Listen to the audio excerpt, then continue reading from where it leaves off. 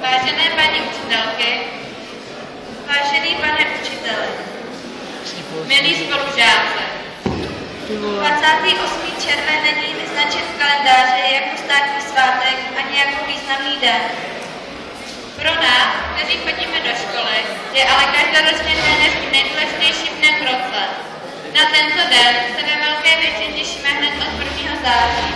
Myslím si, že nejen my žáci, ale i vy učitelé. Dnešním dnem pro nás všechny ve škole něco končí. Končí nejen měsíc červen, ale i školní rok. Nejvíc toho dneškem končí pro nás deváťáky.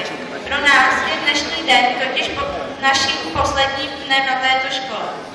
Každoročně jsme se tak jako ostatní žáci těšili na konec školního roku a začátek práce. Letos poprvé cítíme určité rozpaky a dnes se naše nadcházející tradice. Dnes se musíme rozhodnout části svého života a zároveň připravit životní etapu.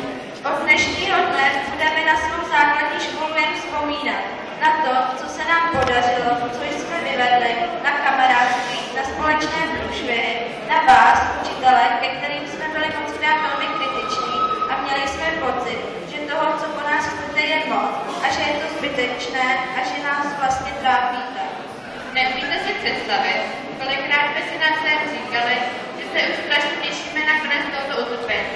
Dnes nám ale asi všem, někomu rychleji a někomu pomaleji, začíná svítat a chápeme, že velká většina z toho byla pro naši dobro. Byla to příprava na tvrdý přístup na celých školách i pro celý budoucí život. Nejtěžší pro nás bude rozloučit se s kamarády i učiteli, který jsme potkávali na školních chodbách celých 9 let. Budeme rádi, když se budeme moci zastavit až to budeme dělat nejde.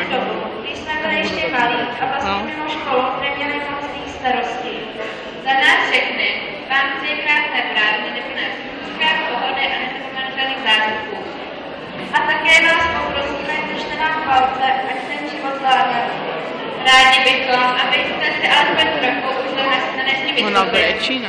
A teď vám představujeme 9. A.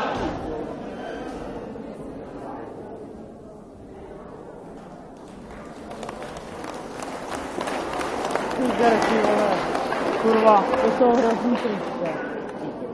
To